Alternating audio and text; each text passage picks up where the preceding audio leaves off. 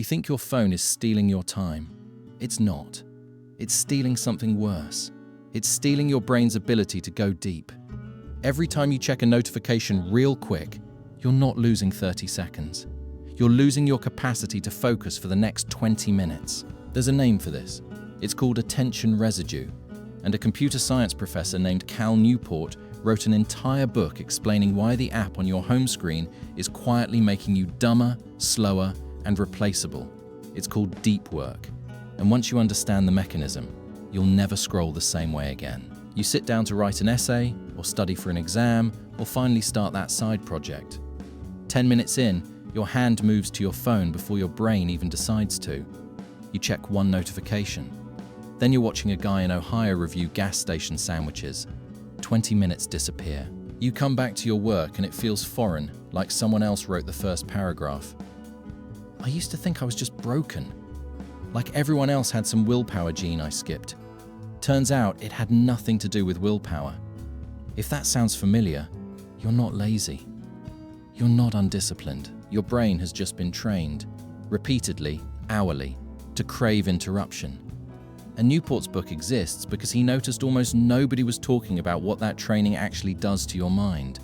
Cal Newport wrote Deep Work after noticing something almost nobody else was tracking. The ability to focus without distraction on something cognitively demanding is becoming rare.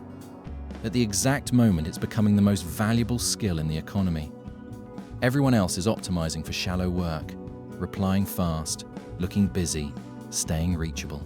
Newport doesn't say this directly, but if you read between the lines, the real thesis is this: the ability to concentrate is the new literacy, and most people are functionally illiterate. But knowing that isn't enough, because your brain isn't fighting your willpower. It's fighting 3 specific mechanisms, and almost nobody talks about them. Here's what they are. Lesson 1. Attention residue.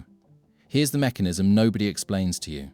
When you switch from one task to another, say, from writing to checking a text, your attention doesn't fully follow. Part of it stays stuck on the previous task. Newport calls this attention residue. So when you quickly check Instagram mid-study session, you're not just losing the time you spent scrolling. You're losing focus quality for the next chunk of work, because part of your brain is still processing what you just saw. But here's where most people get it wrong. They think multitasking makes them efficient. It actually means you're doing everything at 60% capacity, all day, every day. Lesson 2. Busyness is a costume. Newport points out something uncomfortable. In most modern jobs, there's no clear metric for whether you're doing good work, so people default to a proxy: looking busy, answering emails within 5 minutes, being active on Slack at all hours. He calls it busyness as a proxy for productivity. And this is the part that made me pause the audiobook. He argues that this performance of busyness is actively rewarded by employers, while the quiet person who disappears for 3 hours to solve the hard problem looks suspicious. The system punishes the exact behavior that produces the best work. Lesson 3. You don't need to delete your accounts.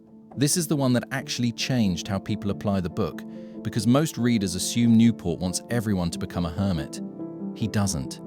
His method is called the craftsman's approach to tool selection. You don't ask, does this app have any benefit? You ask, does this app provide a benefit so significant that it outweighs the hours of focus it costs me? Most social media fails that test instantly, not because it's evil, but because the tiny dopamine hit isn't worth the attention residue it leaves behind for the rest of your day. So how do you actually build this? Here's the 3-step system. Step 1. Schedule your shallow work. This sounds backwards, but it's the counterintuitive move. Don't try to eliminate email and admin tasks, just cage them into a specific 30-minute block so they stop leaking into the rest of your day. Step 2. Pick one deep work block, same time, every day. Not whenever you feel focused. A fixed appointment your brain learns to expect, the same way it learned to expect notifications. Step 3. Before the block starts, put your phone in another room, not just on silent. Attention residue doesn't care if the phone buzzes. It cares if the phone exists in your peripheral vision. That's it. No 5 a.m. wake-ups. No 3-hour routines. Here's why most people fail at this, and it's not the reason you'd guess. It's not laziness. It's timing.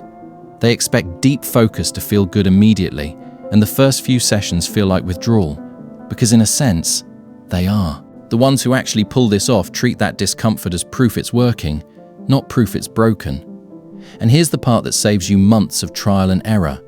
Newport himself admits most people can only sustain 1 to 4 hours of true deep work a day, even world-class researchers. So if you schedule a 4-hour block on day 1 expecting flow state, you're not testing the system. You're testing a fantasy. Your phone didn't take your time. It took your ability to be alone with a hard problem. And that's the one skill nobody's replacing you for yet. If this resonated, hit subscribe. I break down one book a month that actually changes how I work. And if you want the next one, let me know in the comments which book I should do. I'll read the one with the most votes.